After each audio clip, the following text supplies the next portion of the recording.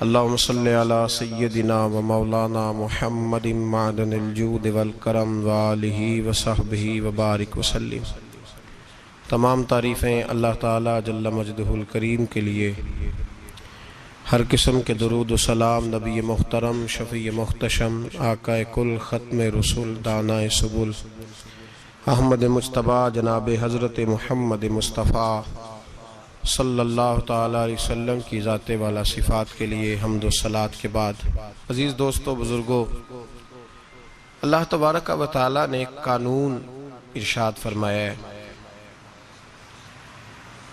وہ قانون یہ ہے کہ امانت اس شخص کے سپرد کرنی چاہیے جو امانت کا اہل ہو۔ جب امانتیں ان لوگوں کے پاس جاتی ہیں جو ان کے اہل نہیں ہوتے، جو ان امانتوں کو سنبھالنے کی قابلیت نہیں رکھتے، پھر معاشرے کے اندر بہت بڑا بگاڑ پیدا ہوتا ہے۔ اتنا بڑا بگاڑ پیدا ہوتا ہے کہ جس کا خمیازہ کئی نسلوں کو بھگتنا پڑتا ہے۔ اہلیت، قابلیت، صلاحیت یہ اور چیز ہے، تقوی، پرہیزگاری، محبت یہ ایک اور چیز ہے۔ ہمارے ہاں اب ڈھیروں چیزیں، لاتعداد چیزیں ایسے لوگوں کے قابو چلی جاتی ہیں جن میں کوئی اہلیت اور قابلیت نہیں ہوتی اس چیز۔ ہماری جدید زبان میں کہا جاتا ہے میرٹ۔ جو لوگ میرٹ پر پورے نہیں اترتے ان تک وہ چیزیں چلی جاتی ہیں۔ اللہ تبارک و تعالیٰ نے ایک نئے انداز میں ہر چیز کو بیان فرمایا ہے اور ہر حکم کا رنگ نرالا ہے قرآن پاک میں۔ تو یہاں بھی اللہ تعالیٰ نے فرمایا ان اللہ یأمرکم ان تؤدوا الامانات الی اہلہا، فرمایا بے شک اللہ تمہیں حکم دیتا ہے کہ امانتیں ان لوگوں کے سپرد کر دو جو ان کے اہل ہیں، جو ان کے اہل ہیں، قابلیت رکھتے ہیں، صلاحیت رکھتے ہیں۔ نبی پاک صلی اللہ تعالیٰ علیہ وسلم نے ارشاد فرمایا ہے کہ اگر کسی آدمی نے کسی ایسے شخص کو کسی جماعت کا سربراہ بنایا اور اسے خبر تھی کہ اس سے زیادہ قابل شخص اس جگہ موجود ہے، کو نہیں سمجھ آ رہی بات کی؟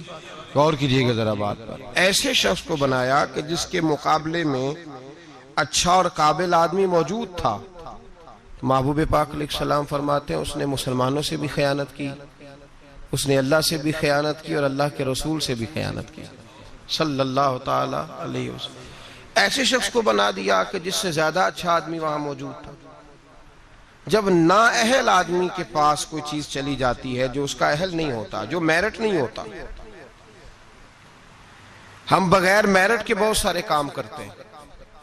او بھائی، کچن میں وہ شخص نہیں جا سکتا جس کا میرٹ نہ ہو، جس کو کھانا پکانے کا طریقہ نہ آتا ہو۔ کچن میں جاتا ہے، بولے نہیں تسی تے کھا لیں دے ہو بھی پکی ہو گئی۔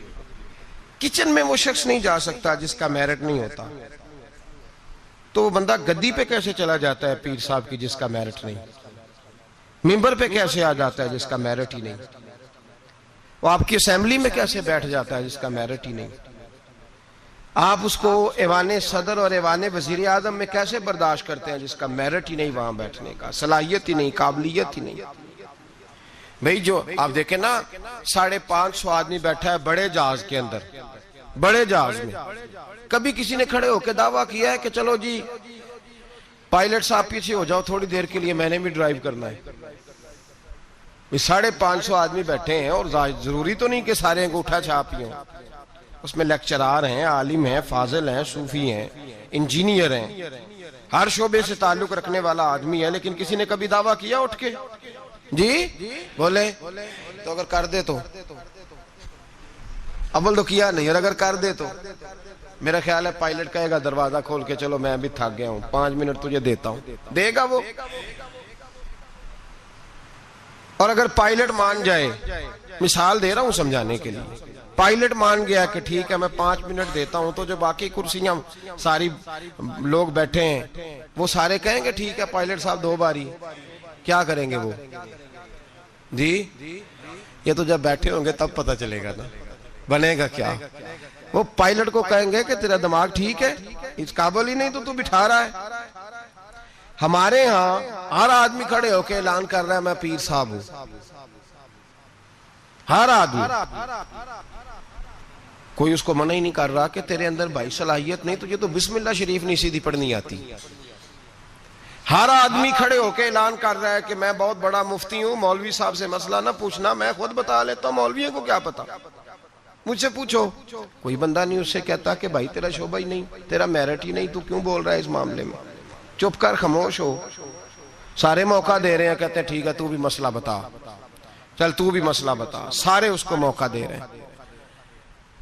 اور پھر جب ایک تو بول سارے رہے ہیں, پھر موقع مل رہا ہے, اور پھر جو ہم دائیں بائیں ہیں کوئی شخص یہ کہنے کو تیار نہیں, اس کی خوشامد ہو رہی ہے, کہتے بڑا اچھا ہے بڑا اچھا ہے, باہر کہتے رہیں گے جعلی ہے غلط ہے برا ہے, سامنے جا کے کوئی بولنے کو تیار ہے. کیا ہو رہا ہے یہ؟ اللہ فرماتا ہے کہ امانت اہل کے سپرد کرو اور نا اہل کو امانت نہ دو. نبی پاک صلی اللہ علیہ وسلم نے فرمایا اگر تم نے نا اہل کو دے دی تو فساد ہو جائے گا. یہاں ہو رہا ہے فساد, کسی جگہ کا کوئی میرٹ نہیں. مولوی صاحب پیسے تھوڑے لینے چاہیے بس ان کو. وہ اگر پچھلا امام 12,000 لے رہا تھا تو اس نے کہا میں 10,000 میں نماز پڑھاؤں گا, تو ہمیں اتنا پتا ہے کہ 2,000 بچا ہے, یہ نہیں ہمیں پتا کہ اس بیچارے کو نماز کی 6 شرطیں بھی آتی ہیں کہ نہیں, امامت کی 6 شرطیں اس کو وہ بھی آتی ہیں کہ نہیں, وہ کوئی 2-4 صورتیں صحیح تلفظ سے پڑھ سکتا ہے, اس کو پتا ہے کسی شے کا, کوئی خبر نہیں. مولوی صاحب جمعے کا 1 گھنٹہ کسی نہ کسی طریقے بول کے وقت گزار لیں گے, اتنا تو سب کو پتا ہے, لیکن وہ کیا بولیں گے, قرآن کی روشنی میں بولیں گے, حدیث کی روشنی میں بولیں گے, نبی پاک صلی اللہ تعالی علیہ وسلم کے ارشادات کی روشنی میں قوم سے بات کریں گے یا نہیں کریں گے, اس کا کسی شخص کو پتا. پیر صاحب تویز دے رہے ہیں, پھونک مار رہے ہیں, کبھی کھول کے دیکھو تو صحیح اس نے تویز میں لکھا کیا ہے, اس نے کیا لکھا ہے, وہ کیا کر رہا ہے, اس کا کوئی قوم بالکل نکل ہی گئی ہے اس کام سے. اس کا نقصان یہ ہوا ہے کہ ہر شعبے میں غلط آدمی, اللہ معاف کرے, ہر شعبے میں ایسے لوگ فٹ ہو گئے جو بالکل انفٹ تھے, بالکل کوئی دور دور تک ان کا تعلق نہیں تھا, اور ہم نے اپنے ساتھ بڑے لوگ فٹ کیے ہوئے ہیں جو انفٹ ہیں. دوست کس کو رکھنا چاہیے, خوشامدی کو, تو ہم نے کون سے رکھے ہوئے ہیں جی, جن کو ہم کہیں تاش کھیلو تو وہ تاش کھیلیں, جن کو ہم کہیں بیڈمنٹن کھیلو تو وہ بیڈمنٹن کھیلیں, جو ہماری مرضی کے مطابق چلیں وہ ہمارے دوست ہیں. اور جو کو تھوڑا سا ہمیں سمجھائیں, تھوڑا سا کہیں کہ نہیں تیرے اندر یہ غلطی ہے, وہ دشمن ہے. ہم پھر فارورڈ بلاک بناتے ہیں علیحدہ سے, 2-3 دوست علیحدہ لے کے بیٹھتے ہیں, کہتے ہیں میرے خلاف ہو گیا, جلتا ہے. ہمیشہ سمجھدار آدمی دوست مشیر ہوتا ہے, دوست کے اندر صلاحیت ہوتی ہے, دوست جو ہوتا ہے وہ آپ کو لے کے چلتا ہے. میرے نبی پاک صلی اللہ علیہ وسلم نے فرمایا المرء علی دین خلیلہ ہی, انسان اپنے دوست کے مذہب پر ہوتا ہے, وہ اپنے دوست کے, جو اس کے دوست کا مذہب ہوگا وہ اسی کا مذہب ہو جائے گا. اتنا بڑا درجہ دیا, ہم نے کبھی سوچا ہی نہیں. جو آیا جس نے کہا چودھری صاحب, سیٹھ صاحب, علامہ صاحب, بلے بلے کیا بات ہے, ابے کے خلاف ہم بات کرنے لگے تو وہ اس میں شامل ہو گیا, اماں کے خلاف بولنے لگے تو وہ اس میں شامل ہو گیا. ہم نے یہ کبھی سوچا ہی نہیں کہ یہ تو ہمارا نقصان کر رہا ہے, یہ تو ہمیں بڑی دور لے کے جا رہا ہے, اس کا تو میرٹ ہی نہیں تھا میرا دوست بننے کا. انتخاب کر کے, سوچ سمجھ کے. ہر ایک سے دوستانہ ہو سکتا, ہر ایک سے دوستانہ ہو سکتا, کورے ورک کتاب نہیں ہوندے, پتھر دل گلاب نہیں ہوندے. بھلیا پہلوں سوچ کے لائیے پھر یارا نال حساب نہیں ہوندے. غور کر, خیال تو کرنا. ملا رومی رحمت اللہ تعالی لکھا ہے کہ ایک آدمی کی بندر سے دوستی ہو گئی, بندر سے دوستی ہو گئی. خود آدمی تھا, دوستی کس سے لگا لی, بندر سے. جی بندر سے دوستی لگا لی. ہوا یہ کہ اس کی تفصیل بیان کی. حضرت رومی علیہ رحمہ فرماتے ہیں کہ بندر کو سانپ کاٹنے لگا تو اس نے اس کو بچایا تھا سانپ سے, تو بندر اس کا فرما بردار ہو گیا. یہ بندر کو کہتا درخت پہ چڑھ جا تو چڑھ جاتا, بیٹھ جا تو بیٹھ جاتا, اٹھ جا تو اٹھ جاتا. یہ لوگوں کے سامنے ڈنگے مارتا کہ دیکھو بندر بھی میرا فرما بردار ہے, کیونکہ فرما برداری سے غرض ہے میرٹ سے غرض نہیں، صلاحیت سے غرض وہ اس قابل بھی ہے میری دوستی کے کہ نہیں، اس سے کوئی غرض نہیں۔ مولا رومی کہتے ہیں کہ اس شخص کو سارے لوگوں نے سمجھایا کہ یہ تیری دوستی کے قابل نہیں، یہ جانور ہے، بندر کو چاہیے کسی بندر سے دوستی کرے، تو انسان ہے، کسی انسان سے یارانہ لگا، یہ تو بیچارہ اس قابل ہی نہیں کہ تیری دوستی کے معیار پہ پورا اتر سکے۔ اس نے کہا تم جلتے ہو، میری اصل میں بات مانتا ہے، تمہاری مانتا نہیں نا، تو تم جلتے ہو۔ میں نے دیکھا ہے بڑا بھائی چھوٹے کو منع کر رہا ہے، چھوٹا کہہ رہا ہے تمہیں کیا پتا، اماں ابا منع کر رہے ہو، کہتے ہیں نہیں آپ کو کیا خبر۔ مولا رومی رحمت اللہ تعالی علیہ فرماتے ہیں کہ وہ سو رہا تھا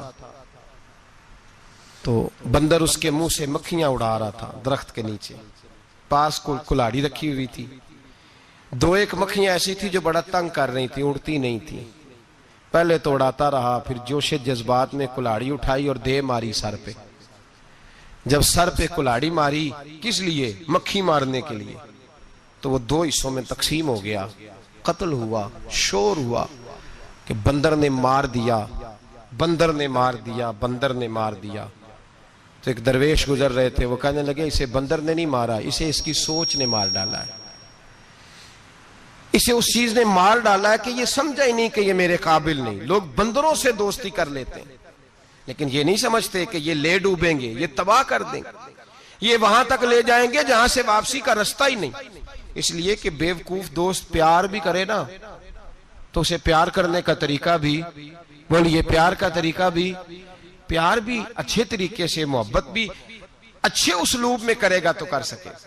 ہم غلط لوگوں کو اپنا مشیر بناتے ہیں، میرٹ ہی نہیں ہمارا، ہم صرف یہ دیکھتے ہیں، بلکہ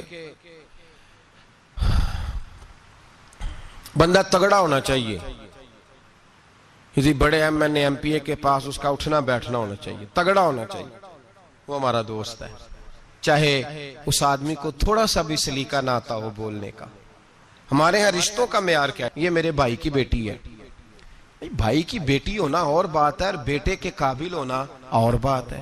یہ میرے بھائی کا بیٹا ہے تو میں اب میرے بھائی میرے گھر آ گیا، بھائی بھائی کی محبت اپنی جگہ اور بچے کا بچی کے قابل ہونا یہ ایک علیحدہ معاملہ ہے۔ میں گیا تھا جی، بچی بڑی پیاری، بڑی خوبصورت، بڑی اچھی، بڑی مجھے وہ جو ہے نا وہ اچھی لگی، تعلیم یافتہ۔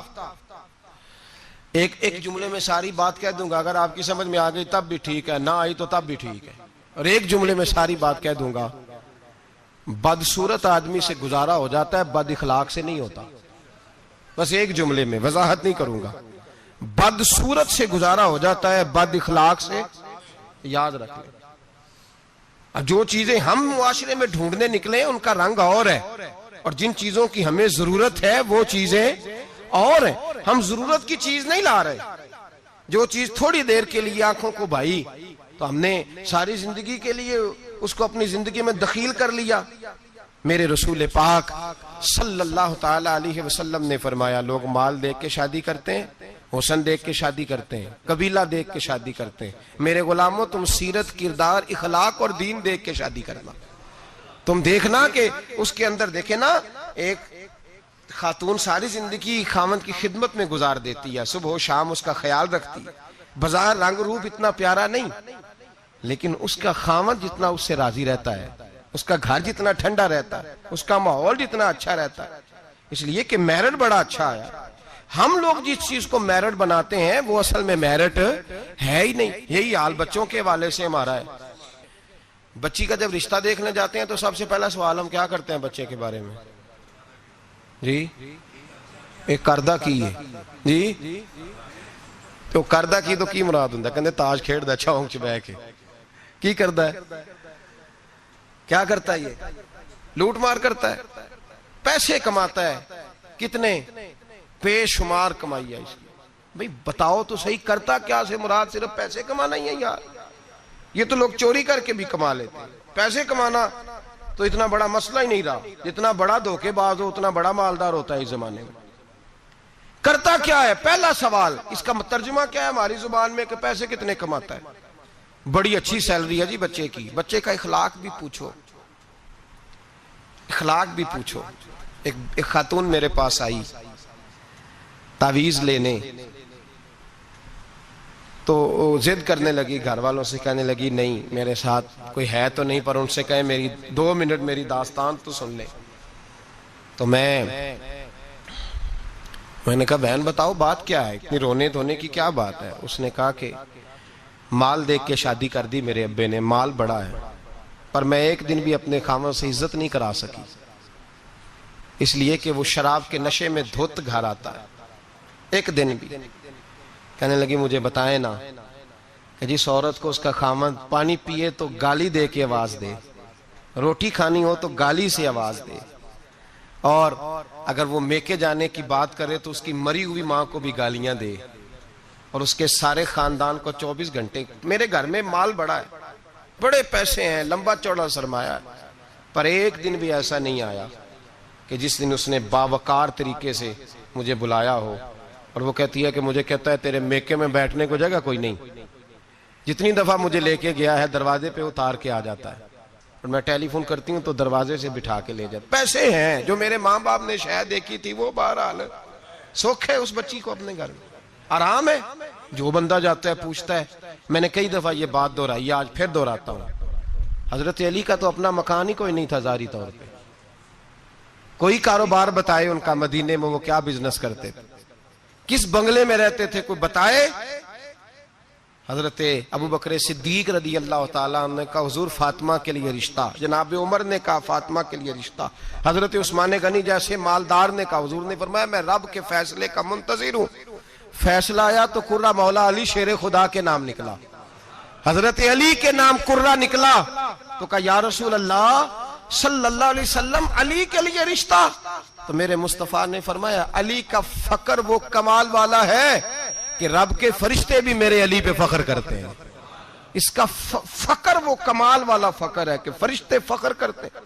صاحب وہ دیکھیں چیز، وہ میرٹ بنائیں جس سے آپ کو سکون ملے، توانائی ملے، بہار ملے، حسن ملے۔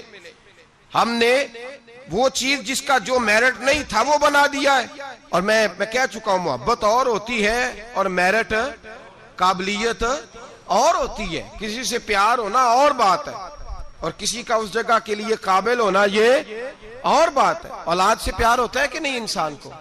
بچے بڑے پیارے ہوتے ہیں، ماں بڑا پیار کرتی ہے، لیکن باپ کی محبت کو بھی کوئی نہیں تول سکتا۔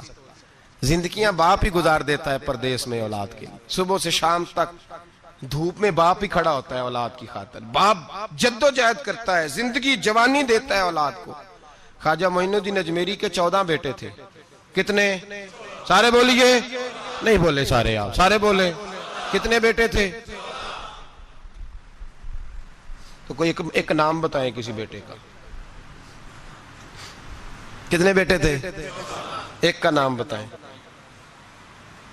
خلیفہ کا نام بتائیں۔ خواجہ قطب الدین بختیار کاکی، بیٹے کا کسی کو نہیں پتا، خلیفہ کو دنیا جانتی ہے، حضرت خواجہ قطب الدین یہ خلیفہ ہیں۔ ان کا نہیں دل کرتا تھا جاتی دفعہ پگڑی باندھ جاؤں بیٹے کو، بیٹا مسجد میں بھی تو رہنا، آستانے پہ بھی تو رہنا، مدرسہ بھی تیرا، ہر شے تیری، لیکن بیٹے کو دستار باندھ کے انہوں نے محبت نہیں دیکھی، معیار دیکھا۔ بڑے بڑے مرکز تباہ ہو گئے، نااہل بچے بیٹھ گئے، نااہل۔ کوئی عالم، کوئی صوفی، کوئی اچھا آدمی اگر کام کرنا چاہتا ہے اسے نئے سرے سے بنانی پڑتی ہے آج شے، نئے سرے سے۔ اور ہمارے ہاں تو سیاست اس قدر بری ہو گئی ہے کہ لوگ یہ نہیں دیکھتے کہ معیار کیا ہے، یہ نہیں دیکھتے کہ میرٹ کیا ہے، کہتے ہیں نہیں یار یہ ہمارے بڑوں کا ادارہ ہے، ہم نے یہیں جانا ہے، وہاں کون بیٹھا ہے خدا جانے۔ لوگ مخالفت کرتے ہیں شدت کے ساتھ۔ ہم نے کبھی یہ سوچا ہی نہیں کہ حضرت خواجہ معین الدین اجمیری کے 14 بیٹے، اور کسی جگہ نہیں لکھا کہ ان کا بیٹا دیندار نہیں تھا، پرہیزگار نہیں تھا، لیکن کسی نے کہا کہ حضور آپ کا فیض، آپ کا رنگ دیکھنا ہو تو کہاں ملے گا؟ فرمایا دلی میں قطب الدین بختیار کاکی رہتا ہے، ہر شے میں نے اسے دے دی ہے، وہاں جاؤ۔ اور اس میرٹ کا حال کیا تھا خواجہ قطب صاحب کا؟ خواجہ قطب الدین بختیار کاکی پھر اتنے بڑے صوفی ہوئے کہ دلی کا بادشاہ بھی مرید ہو گیا، وہ بھی آپ کے قدموں میں بیٹھ گیا۔ اور ایسے نہیں مرید ہوا، ایسے نہیں مرید ہوا کہ وہ اپنے ٹائم پہ شراب بھی پی لیتا ہے معاذ اللہ، اور پیر صاحب کو گاڑی میں بٹھا کے لاہور کا چکر بھی لگوا دیتا ہے، یہ کوئی اس طرح کا مرید نہیں ہوا۔ مرید ہوا تو دیندار ہوا، ان کے نقش قدم پہ چلا۔ ہمارے ہاں زمانے میں لوگوں نے پیر بھی رکھے ہوتے ہیں اور بدماش بھی رکھے ہوتے ہیں، دونوں چیزیں۔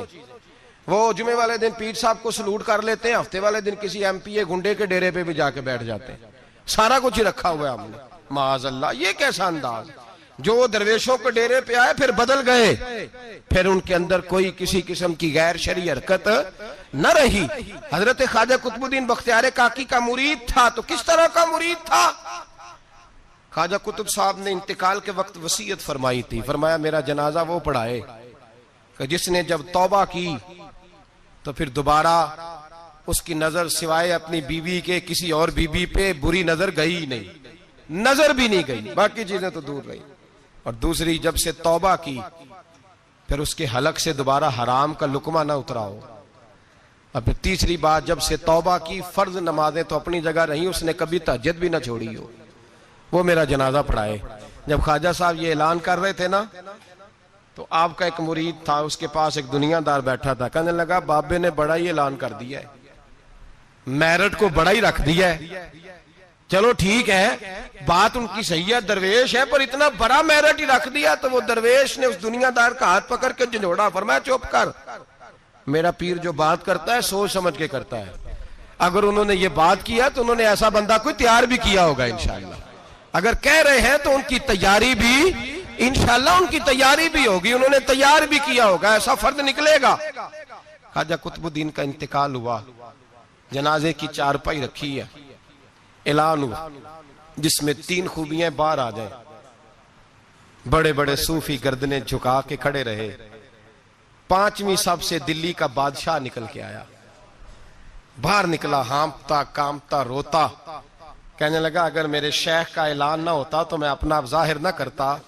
مسلمانوں، جس کا میں جنازہ پڑھانے آیا ہوں اس نے اتنا رنگ میرے اندر بھرا ہے، اتنا رنگ بھرا ہے کہ جب سے توبہ کی ہے پھر غیر محرم کا کبھی دماغ میں خیال بھی نہیں آیا، اور جب سے توبہ کی ہے پھر بادشاہ نے کھجور کی چھال کی ٹوپیاں بنا بنا کے بیچی ہے، ان ٹوپیوں کی روٹی کھائی ہے، انہی کا کپڑا پہنا ہے، کبھی مال خزانہ کا ایک لقمہ گھر میں داخل نہیں ہونے دیا۔ اور فرمایا اگر میرے شیخ نے اعلان کیا ہے تو بتا رہا ہوں کہ پہلے دن جب میں قطب الدین کے ہاتھ میں ہاتھ دینے آیا تھا تو تہجد کا وعدہ لیا تھا، 30 سال گزر گئے، جب تہجد کا وقت آتا ہے تو عرش کا مالک مجھے خود ہی بیداری عطا فرما دیتا ہے، اور میں نے چھوڑی نہیں۔ بھائی میرٹ بنایا ان لوگوں نے اہل لوگوں تک باتیں پہنچائی، حال ہی کوئی نہیں، یا حشر ہی کوئی نہیں، جو جس کے من میں آتا ہے وہ کرتا جاتا ہے۔ حضرت سیدنا خواجہ قطب الدین بختیار کاکی کی بھی اولاد تھی، لوگوں نے پوچھا حضور آپ کے بعد کدھر جائیں؟ فرمایا پاک پتن میں فرید الدین کو بٹھا دیا ہے میں نے، وہاں بٹھا دیا ہے، یہاں تو نسل در نسل سجادگی چلی آ رہی، ایک کے بعد دوسرا، دوسرے کے بعد تیسرا، تیسرے کے بعد چوتھا، صاحبزادے ہی صاحبزادے، باقی بار کچھ ہے ہی نہیں۔ کہا میں نے بٹھا دیا ہے فرید الدین مسعود گنج شکر کو۔ بابا فرید کے بچے بڑے زبردست لوگ ہوئے، حضرت موج دریا ایک بڑے کمال صوفی تھے، لیکن اگر کوئی آ کے بابا فرید صاحب سے پوچھتا کہ حضور آپ کے بعد دیکھنا ہو تو کسے دیکھیں، تو فرمایا دلی میں نظام الدین محبوب الہی بیٹھا رہتا ہے، اس کے پاس جانا۔ ان لوگوں نے یہ نہیں دیکھا کہ اولاد سے پیار ہے تو اب جو جہاں بیٹھنے کا اہل نہیں اسے بٹھا دیا جائے۔ حضرت ابو بکر صدیق رضی اللہ تعالیٰ عنہ کے صاحبزادے سارے صحابی ہیں، مجاہد ہیں، نبی پاک کے دین کے غازی ہیں، لیکن حضرت ابو بکر جاتی دفعہ بیٹا نہیں بٹھا کے گئے، کس کو بٹھایا؟ نام لیں آپ کو ثواب ہوگا، ان کا بھی نام لینا سیکھ جائیں، چلے اللہ خیر کرے گا، اللہ کرے ان کے نام لینے سے نا حضرت عمر کے نام سے تو حرارت پیدا ہوتی ہے روح میں۔ دوسرا حضرت ابو بکر کس کو بنا گئے؟ ان کے بیٹے کا پتہ کیا حال ہے؟ حضرت عمر کے بیٹے کو نبی پاک صلی اللہ علیہ وسلم نے فرمایا عمر تیرا بیٹا نیک آدمی ہے، راجل صالح، تیرا بیٹا۔ اور مفتی تھے جناب عبداللہ ابن عمر، مدینے کے لوگوں نے فتویٰ لینا ہوتا تھا تو عبداللہ ابن عمر سے لیتے تھے، لیکن حضرت عمر جاتی دفعہ بیٹے کو بنا کے بولی یہ بیٹے کو بنایا، فرمایا 6 بندے ہیں کسی کو خلیفہ چن لینا۔ کن کو چنا گیا؟ حضرت عثمان غنی کی اولاد بھی تھی، بلوانیوں نے حملہ کیا، پورا موقع ملا، انہیں پتا تھا شہید کر دیا جاؤں گا، ہر شے سامنے تھی، انہیں کہا گیا قائم مقام کا اعلان کریں، فرمایا جو 2 نہیں کر کے گئے تیسرا کیسے کرے؟ مجلس شورا ہی بنائے گی، مولا کائنات شیر خدا علی المرتضیٰ ان کے بعد آئے، امت مسلمہ میں بغیر میرٹ کے اگر آیا تو صرف یزید آیا، وہ بغیر میرٹ کے آیا. حضرت سیدنا امیر معاویہ رضی اللہ تعالیٰ عنہ کی نشست پر، اس منبر پر جس منبر پر حضرت جناب ابو بکر صدیق، فاروق اعظم، مولا علی، عثمان غنی بیٹھا کرتے تھے، اس منبر پر جب ایسا شخص بٹھایا گیا جو اہل نہیں تھا، جس کا میرٹ نہیں تھا، جس کا بنتا نہیں تھا آنا، جو اس امانت کا اہل نہیں تھا، جب امت کے اندر انتشار آیا اور وہ شخص بیٹھا جو اہل نہیں تھا، تو پھر نقصان یہ ہوا کہ امام حسین جیسے لوگوں کی گردنیں کاٹ کے نیزے پہ لٹکا دی گئی. یہ میرٹ نہ ہونے کا نقصان یہ ہوا کہ رسول اللہ کا خاندان کاٹا گیا. پھر حضرت زینب روئیں اس نااہلی کی وجہ سے، پھر میرے مصطفیٰ کا گھرانہ تڑپا، اور حضرت امام زین العابدین نے کربلا کے میدان میں کھڑے ہو کے جو آواز دی تو مدینے تک صحابہ کی چیخیں نکلی، یا رحمت للعالمین ادرکنی زین العابدین. پھر اتنا نقصان ہوا امت کا، اتنا جس کا خمیازہ آج تک امت مسلمہ بھگت رہی ہے. نااہلوں کو سپورٹ کرنے والی قوم یاد رکھے، اور اپنے گھر کی چار دیواری سے لے کر اعلان حکومت تک ہر نااہل آدمی کو محبت کی بنیاد پر آگے لگانے والے لوگ یاد رکھیں کہ نااہلوں کا خمیازہ بڑا سخت ہوتا ہے، بڑی دور تک بھگتنا پڑتا ہے. نااہلی کی حد ہے. 14 اگست منائی نا مسلمانوں نے، کیسے؟ آپ یقین کریں مجھے مجبوراً جانا تھا گجرانوالہ، مجبوری تھی میری، تو میں چلا گیا، ورنہ میں ایسے ایونٹس پہ گھر سے نہیں نکلتا. تو گجرانوالہ سے ہمارے شہر تک کا سفر، وہ جو گجرانوالہ کا چھوٹا سا حصہ تھا نا، وہ 1.5-2 گھنٹے لے گیا. یہ قوم ہے، یہ ٹریننگ ہے. اس کی وجہ پتہ کیا ہے؟ جن نااہلوں کو آپ نے سربراہ بنایا ہوا ہے نا، ان کی ٹریننگ ہی ناچ گانا ہے، ان کی ٹریننگ ہی ہمارے لیے سڑکوں پہ رہنا ہے، شور شرابہ ہے، ریلیاں ہیں. یوں وہ کام قوم کر رہی ہے. ابھی تھوڑے 2 مہینے پہلے ترکی کے صدر نے یوم تشکر منایا ہے، پڑھا آپ نے اخباروں میں؟ طیب اردگان جس سال فوج نے بغاوت کر دی تو قوم کو کچھ دیا تھا نا، فوجی آ گئے. حالانکہ ٹینکوں کے سامنے کھڑا ہونا کوئی آسان بات ہے، لیکن درجنوں لوگ گھروں سے نکل کے آئے اور ٹینکوں کے آگے لیٹ کے جانے دی. کہا ہمارا حکمران بڑا اچھا ہے، ہم جانے نہیں دیں گے. یہ میں آپ کو داستان حضرت عمر بن عبدالعزیز کی نہیں سنا رہا ہوں، اس شخص کی سنا رہا ہوں جو زندہ ہے. اور اس شخص نے یوم تشکر منایا تو پتہ کس طرح منایا؟ اس نے کہا صبح سے لے کے دوپہر تک قرآن پڑھا جائے گا، اور عصر سے لے کر مغرب تک ذکر کیا جائے گا، اور فرمایا جب عشاء کی نماز ہو جائے تو میرا سارا ترکی مدینے کی طرف منہ کر کے کہے الصلاۃ والسلام علیک یا رسول اللہ، الصلاۃ والسلام علیک یا رسول. اور یہ والا درود اس نے لکھ کے دیا، لکھ کے. پہلے تو میں ان سے پوچھتا ہوں جو کہتے ہیں یہ درود پڑھنا کفر ہے، ترکی تو ہو گیا نا کافر سارا ہی، تو ہو معاذ اللہ نکل گئے، تمہارے فتوے کی زد میں آ گئے. الصلاۃ والسلام علیک یا رسول اللہ. اس نے کہا یہ یوم تشکر ہے. پوری قوم نے رات کو پڑھا، اور جب اس نے اعلان کیا تو علماء اہل سنت نے فیصلہ کیا تو بھی پڑھے گا تو ہم بھی تیرے ساتھ پڑھیں گے. پورے ہندوستان میں پڑھا گیا، پاکستان میں، ہماری اس مسجد میں. میں نے منسوخ کی مصروفیت اور رات کو دوستوں سے کہا نا یار ہم بھی مل کے پڑھیں گے الصلاۃ والسلام علیک. او بھائی یہ آپ کا پڑوسی ملک ہے ترکی، یہ قریب ہے آپ کے، وہ یوم تشکر مناتا ہے تو درود پڑھ کے. اور آپ لوگ اتنے بڑے، وہ میں رات بھی مصروف رہا، صبح فجر کے بعد بھی ایک جگہ مجھے جانا تھا، میں آ کے لیٹ گیا. اتنے بڑے باجے بچوں کو خرید کے دیے بڑوں نے، لو یوم آزادی منا لو. یہ کون سی یوم آزادی؟ یہ جشن منا رہے ہو؟ یہ صرف ہم لوگوں نے ان لوگوں کو چنا ہے جنہوں نے ہمیں صرف شغل میلہ اور یہ گانا باجا سکھایا ہے. خدا را آپ دیکھیں کہ اہلیت کہاں ہے، قابلیت کہاں ہے، کون ہے جو میرٹ کے مطابق چل سکتا ہے. میرے رسول پاک صلی اللہ علیہ وسلم نے نااہل آدمی کو اگر کسی جگہ بٹھائے تو حضور نے تباہی کی بابت ارشاد فرمایا جب امانتیں نااہلوں کے پاس جائیں گی تو تباہیاں ہوں گی، فسادات ہوں گی، پھر فصلیں اجڑیں گی، علاقے تباہ ہوں گے. اہلیت دیکھیں، قابلیت دیکھیں. حضرت عمر فاروق رضی اللہ تعالیٰ عنہ کے صاحبزادے بڑے نیک تھے، پرہیزگار تھے، پر انہوں نے بھی اپنے بیٹے کو بنایا. کسی صحابی نے ایسی کوئی کوشش نہیں کی کہ اپنے بعد ہم اس کو نسل در نسل وراثت کے طور پر چھوڑ جائیں.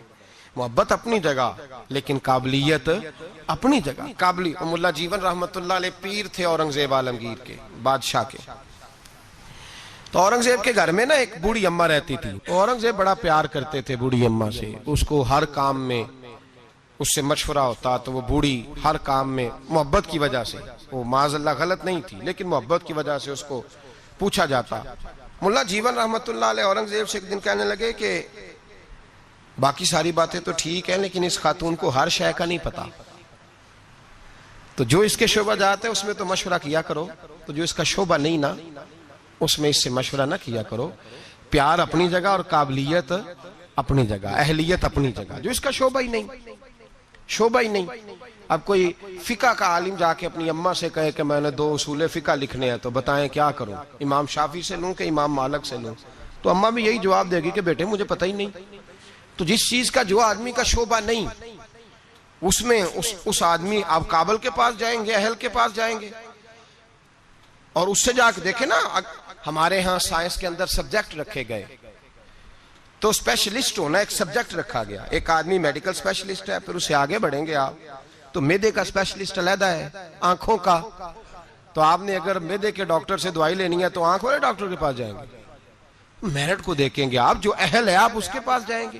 یہ تھوڑی ہے کہ جو اہل ہی نہیں، قابل ہی نہیں، اسے آپ نے رنگی ہے سیاست دوران تو دیکھیے منزل انہیں ملی جو شریک سفر نہ تھے، جو بیچارے قابل ہی نہیں ان کو آپ جو ہے وہ والی امانت سونپ دیں گے تو وہ تباہی کریں گے. وہ ملا جیون نے منع کیا لیکن وہ گھر میں بوڑھی اماں کا بڑا دخل تھا. اورنگزیب عالمگیر نے نا گھر کے اندر ایک شوباز رکھا ہوا تھا، باز.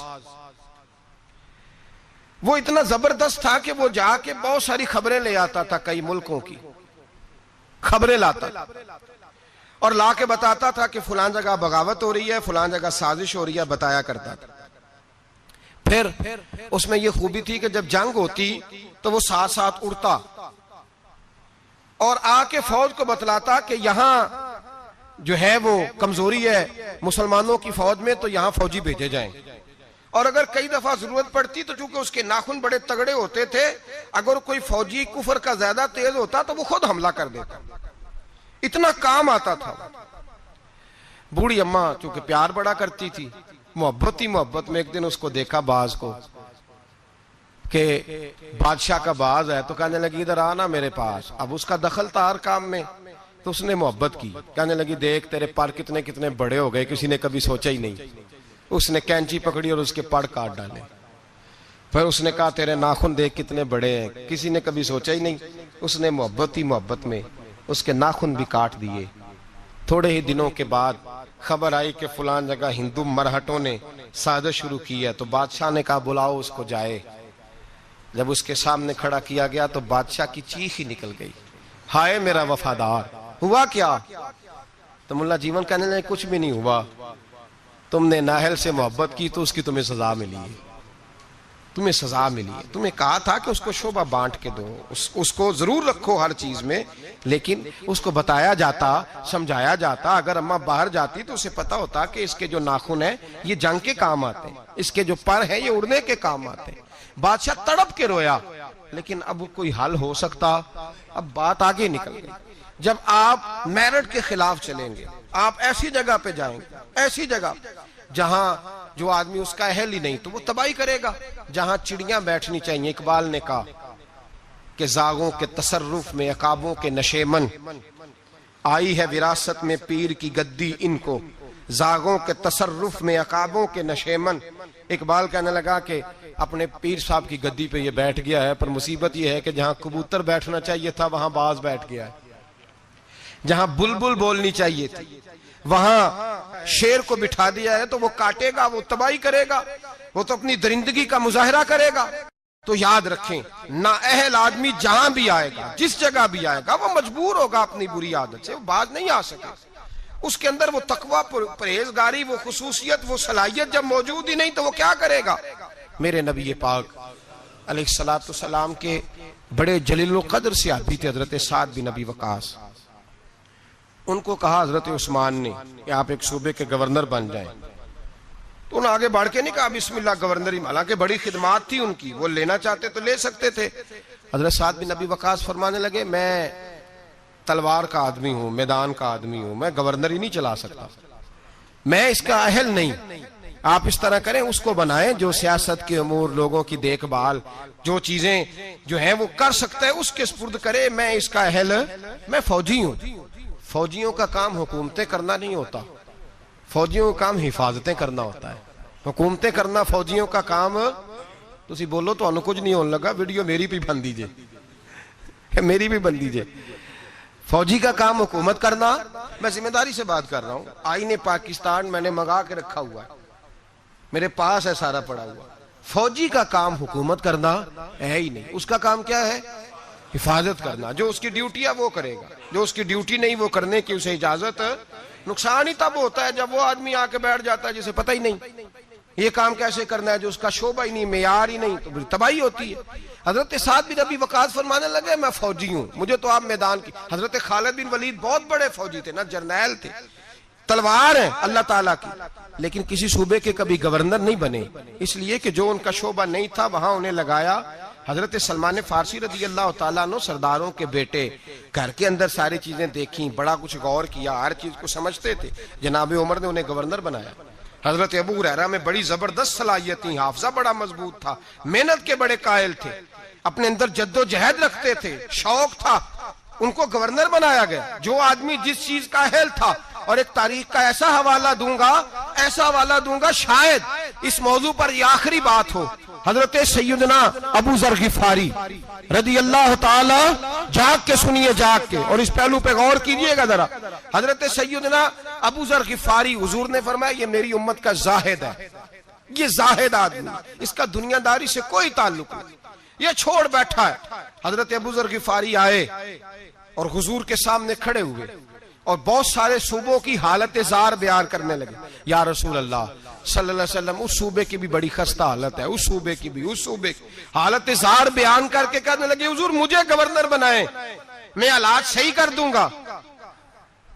حضور نے فرمایا ابو ذر تو نیک آدمی ہے، تیرے اندر بڑی خوبی ہے، پر گورنری بہت بڑی امانت ہے اور تو کمزور ہے، تو گورنری کی اہلیت نہیں رکھتا، تو گورنری کی قابلیت نہیں رکھتا، وہ تیرے والا شعبہ نہیں۔ اور یہاں حضرت ابو ذر غفاری نے ضد نہیں کی، کہنے لگے خدایا تیرا شکر ہے، تو نے ہمیں ایسا محبوب عطا فرمایا ہے صلی اللہ تعالی علیہ۔ فرمایا یہ خوبی تیرے اندر، تو گورنری نہیں کر سکتا، یہ تیرے والا کام نہیں۔ تو بھائی یاد رکھیں، امانت جب نااہل کے پاس جائے گی، جب اس آدمی کے پاس جائے گی جو اس کا اہل ہی نہیں۔ ہمارے اسکولوں میں ڈھیروں ٹیچر ایسے بھرتی ہیں جن کو پڑھانا نہیں آتا، ڈھیروں ٹیچر ہیں۔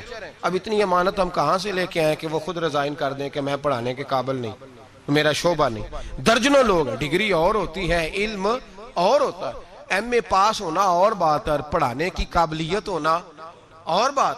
اب لوگ قابل نہیں لیکن لگے ہوئے ہیں، اہلیت نہیں لیکن لگے ہوئے ہیں، شوق ہی نہیں، جذبہ ہی نہیں، کام کر ہی نہیں سکتے لیکن اس کام پہ لوگ لگے ہوئے ہیں۔ یہی حال باقی سارے محکموں کا بھی ہے۔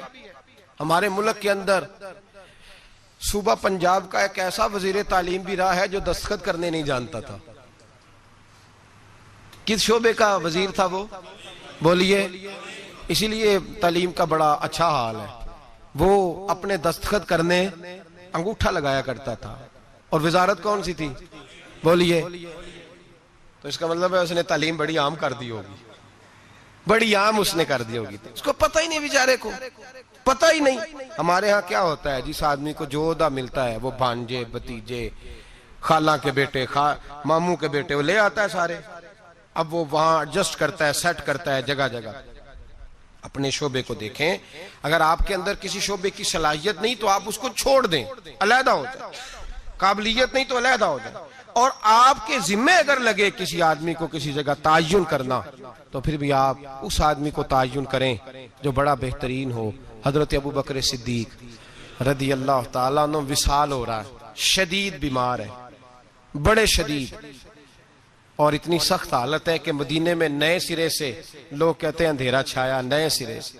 ایک وہ رات تھی جب حضور نے وصال کیا، اور ایک آج رات ہے جب ابو بکر کے وصال کا وقت ہے۔ حضرت ابو بکر صدیق کے پاس درجنوں لوگ گئے، آپ کے بعد کیا ہوگا؟ جناب صدیق اکبر نے فرمایا عمر کو بلاؤ، عمر کو۔ حضرت فاروق اعظم تشریف لائے تو جناب ابو بکر صدیق نے صحابہ کے مجمع پہ نظر ڈالی اور ایک تاریخی جملہ کہا، تاریخی جملہ.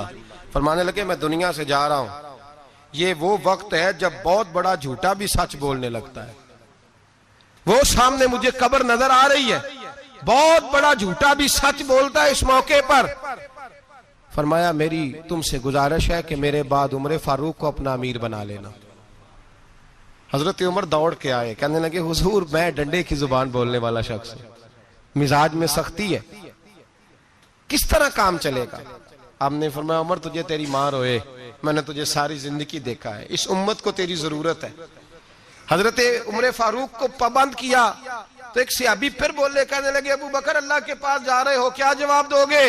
حضرت ابو بکر صدیق فرمانے لگے رب کریم نے اگر مجھ سے پوچھا نا میرے بعد میرے محبوب کی امت کا کیا کر کے آیا ہے تو میں عرض کروں گا اے اللہ جو تیرے بندوں میں سب سے اچھا تھا اسے مسلمانوں کا نگران بنا کے آیا، جو سب سے بہترین تھا. بیٹے موجود ہیں، بھتیجے موجود ہیں، مسلمان ہیں، صحابی ہیں، نمازی ہیں. فرمایا جو سب سے اچھا ہے تقوی کے لحاظ سے، پرہیزگاری کے لحاظ سے میرٹ بنائیں، کبھی زیادتی نہ کریں، کبھی زیادتی نہ کریں، کبھی ظلم نہ کریں. ایک بات سنانے لگا ہوں آپ کو، بڑی اہم بات. حضرت امام محمد بن حسن شیبانی رحمت اللہ علیہ بیٹے کا رشتہ لے کے گئے اور ایسے گھر میں رشتہ طے ہونے لگا جس گھر کی بہت بڑی بات تھی، بہت بڑی بات مکمل ہو گئی بات چیت. یہاں تو ہمارا حال یہ ہے کہ لوگ ڈی سی کالونی میں کرائے کا مکان خریدتے ہیں رشتہ کرنے کے لیے، ادھار 3-4 گاڑیاں پکڑ کے کھڑی کرتے ہیں. میرے پاس طلاق کے کیس آتے ہیں تو پھر مجھے سننے کا موقع ملتا ہے یہ باتیں. کرائے کا مکان لیا، 3-4 گاڑیاں، 2-4 گن مین، اتنی دیر جتنی دیر بچی کا رشتہ. جب شادی ہو گئی تو پھر گاؤں چلے گئے، گاڑیاں واپس ہو گئی. اب جو رشتہ گاڑی کی بنیاد پہ ہوا تھا وہ کتنی دیر قائم رہ سکتا ہے؟ ختم ہو گیا. جتنی دیر گاڑی تھی قائم تھا، جتنی دیر مکان تھا قائم تھا، وہ ختم ہو گیا. رشتے جو ہوتے ہیں وہ اعتبار پہ قائم ہوتے ہیں. تو امام محمد بن حسن بیٹے کا رشتہ کرنا چاہتے تھے تو ایک گھر کے اندر رشتہ کیا بچے کا. بڑے نیک لوگ تھے، پرہیزگار تھے، رشتہ طے ہو گیا. ایک شام امام محمد بن حسن شیبانی ان کے گھر گئے تو فرمانے لگے تمہاری بیٹی کو کتنے رشتے ملتے تھے؟ انہوں نے کہا حضرت سارا بغداد جتنے معززین نیک لوگ تھے سب رشتہ دیتے تھے، لیکن جب آپ کے گھر کا پتہ چلا تو آپ کی بزرگی، آپ کی محبت، آپ کا پیار، آپ کا وقار، دبدبا، ہم نے سوچا کہ اگر امام صاحب کے گھر میں بیٹی چلی جائے تو کیا بات ہے. آپ فرمانے لگے تم اپنی بیٹی کی شادی کہیں اور کر لو. کہ حضور کیوں؟ فرمانے لگے تم نے مجھے دیکھ کے رشتہ دیا ہے، بیٹا دیکھ کے نہیں دیا. تو میں تو بوڑھا آدمی ہوں، کسی وقت بھی دنیا سے چلا جاؤں گا، اس نے تو بچی نے تو وہاں وقت گزارنا ہے. کہ حضور ہمیں قبول ہے. فرمایا نہیں، میرے بیٹے میں خامی ہے، تم اس کا رشتہ کہیں اور کر لو. کا وجہ؟ فرمایا تم کر لو، تمہیں کہا نا.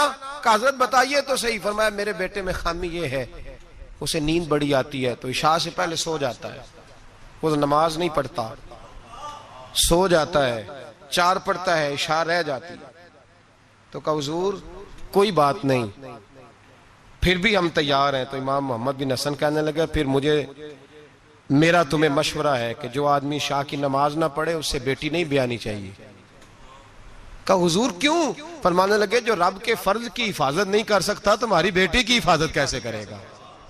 اللہ کے فرض کی حفاظت نہیں کر سکتا، وہ نماز نہیں پڑھتا، سو جاتا ہے، تو بیٹی کو تکلیف ہوگی تو کیسے محافظ بنے گا؟ لہذا وہاں رشتہ نہ کرنا میرے بیٹے کے ساتھ. حضرت رشتہ توڑ کے گھر آئے تو بیوی کہنے لگی حضور آپ نے کیا کیا؟ پورے بغداد میں شور ہو گیا ہے کہ باپ بیٹے کے مخالف ہو گیا ہے، باپ بیٹے کی جڑوں میں بیٹھ گیا ہے، باپ نے اپنے بیٹے کا اتنا معزز گھرانے میں رشتہ ہوتا توڑ دیا ہے. سارا بغداد کہہ رہا ہے کہ وجہ کیا ہے؟ باپ بیٹے کے مخالف بیان دے رہا ہے، بات کیا ہے؟ تو حضرت محمد بن حسن فرمانے لگے میں دنیا کے سامنے رسوا ہوا مجھے پرواہ نہیں، میں اللہ رسول کے سامنے سرخرو ہو گیا. وہ بیٹی جو تہجد گزار ہے، عبادت گزار ہے، جو نیک ہے، میں اس بیٹی کو اس کے ساتھ بیاہ دیتا جو عشاء کی نماز بھی نہیں پڑھتا. فرمایا مجھے پتا ہے کہ اس گھرانے میں رشتہ کرنا بہت بڑے اعزاز کی بات ہے، لیکن میں وہ امانت نااہل کے سپرد نہیں کر سکتا، میں نے منع کر دیا. اور میرے بھائی جھوٹ بولتے ہیں لوگ اپنے بیٹے کی خاطر، جھوٹ بولتے ہیں اور پھر پتہ کیا کہتے ہیں؟ پہلے جھوٹ بولتے ہیں، ناراض ہونا ہو تو ضرور ہوئیے گا، پہلے جھوٹ بولتے ہیں، بڑا بااخلاق ہے، بولتا ہی نہیں، پھر کہتے ہیں تمہارا میاں بیوی کا معاملہ ہے۔ تو رشتہ طے کرتے وقت بھی میاں بیوی کو کہنا تھا آپس میں طے کر لیتے، نکل گئے آرام سے۔ بیٹی کی عظمتیں بیان کرنے کی باری تھی تو کہتے رہے کہ رابعہ بصری ہے، اس وقت تو کہتے رہے کہ یہ کیا بات ہے اس کی، یہ تو حضرت بایزید کی اماں کی طرف پرہیزگار ہے۔ اور جب سسرال والوں نے شکایت کی، لڑکے نے آ کے کہا کہ سمجھائیے تو کہا تمہارا میاں بیوی کا معاملہ ہے۔ کیسی بات کرتے ہو؟ تم نے نااہل کے سپرد کر دیا اہل کو، ظلم کر دیا۔ میں نے وہ بیٹیاں دیکھی ہیں جنہوں نے رو کے وقت گزار دیا، اور وہ بیٹے دیکھے ہیں جو باپ کی ضد کی بھینٹ چڑھ گئے، جو ماں نے دوپٹہ رکھ دیا پیروں پہ، تو نے میری مرضی سے نہ کیا تو مر جاؤں گی، اور اماں پھر پردے میں چلی گئی اور تباہ کر دیا اس بچے کو۔ ہم یہ سوچتے ہی نہیں کہ میرٹ نہیں، اہلیت نہیں، قابلیت نہیں، اور یہ ظلم جو ہم گھر میں شروع کرتے ہیں، یہی ظلم ہم نے اینڈ سیاست تک کیا۔ پھر یہ دیکھا کہ محلے کا چودھری میرے گھر آ گیا، یہ دیکھا ہی نہیں کہ قوم کے لٹیرے کو سربراہ بنانے لگا ہے۔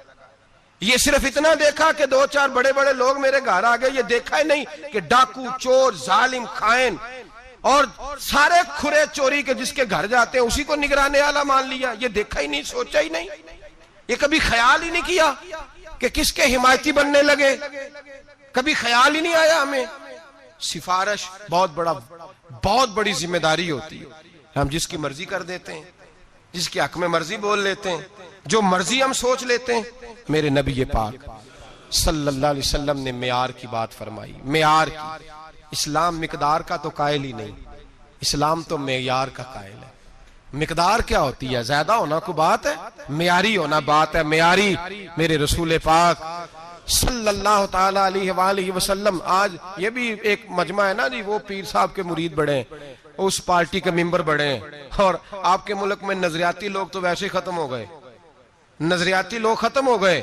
اب تو جس پارٹی میں رش زیادہ ہوتا ہے سارے ایم پی ایم این ادھر ہی چلے جاتے ہیں۔ یہ نظریاتی نہیں ہوتے، یہ رش کے لوگ ہوتے ہیں۔ یہ کل رش کا ہی ہو، ملا رومی رحمت اللہ تعالی علیہ آپ فرماتے ہیں ایک درویش گزر رہے تھے، تو وہ کھانا کھا رہے تھے، منہ میں لقمہ تھا، تو بوٹی کھا کے باقی ہڈی پھینکی تو کتا ان کے پیچھے لگ گیا۔ بڑا پیارا، بڑا خوبصورت تھا، بڑا معیاری تھا، تو حضرت نے روڑا مار کے پیچھے بھگا دیا۔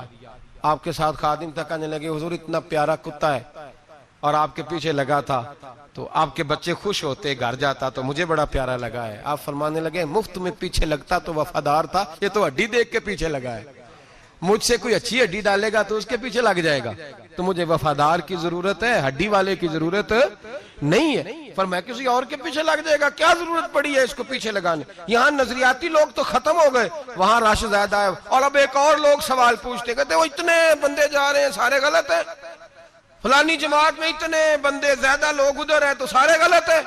بھئی کافر آج بھی زیادہ ہے دنیا میں، کفر آج بھی زیادہ ہے، اگر تعداد پہ جاؤ گے تو کیا پھر اکثریت کو صداقت کی دلیل قرار دے دو گے؟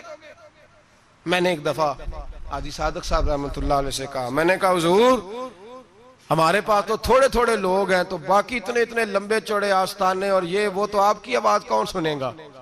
تو وہ لوگ مرعوب نہیں ہوا کرتے تھے، ان پہ روب نہیں چڑھا کرتا تھا، وہ روب ڈالا کرتے تھے، روب لینے کے قائل نہیں تھے، کہنے لگے چھل بے لیا بندے 313 ہی بڑے نے، پر انہیں جان آتے رکھی ہونی چاہیے، 313 ہی بتھیرے نے، پر جان ہاتھ پہ ہتھیلی پہ جان رکھی بھی ہو، 313 ہی کافی ہیں۔ زیادہ لوگوں کی ضرورت سچے ہونے چاہیے، کھرے ہونے چاہیے۔ جب آیا نا ابو جہل کا جاسوس بدر کی رات، دیکھ کے گیا کہ 313 ان میں بھی بچے، بوڑھے، کمزور، تو ابو جہل سے جا کے کہنے لگا 313 ہیں، ان میں بھی کچھ بچے ہیں، بوڑھے ہیں، کمزور ہیں۔ تو ابو جہل بڑا کھل کھلا کے ہنسا، کہنے لگا جنگ کرنے کی ضرورت نہیں، ان کو سب کو صبح باندھو گھوڑوں کی پشتوں پہ، اونٹوں کی پشتوں پہ، تو ان کو مکے لے چلتے ہیں، وہاں جا کے ان کے ساتھ کریں گے کیا کرنا ہے، نہ ان کے پاس اسلحہ ہے، نہ گھوڑے ہیں، نہ تلواریں، نہ زر ہیں۔ تو وہ جاسوس کہنے لگا ٹھہر جا، پوری بات تو سن لے، تو نے ابھی فیصلہ کر دیا مقدمے کا، ان کا میرٹ تو سن، اہلیت تو سن، قابلیت تو سن، وہ جہاد کرنے ہیں تو ان کی قابلیت بھی تو دیکھ۔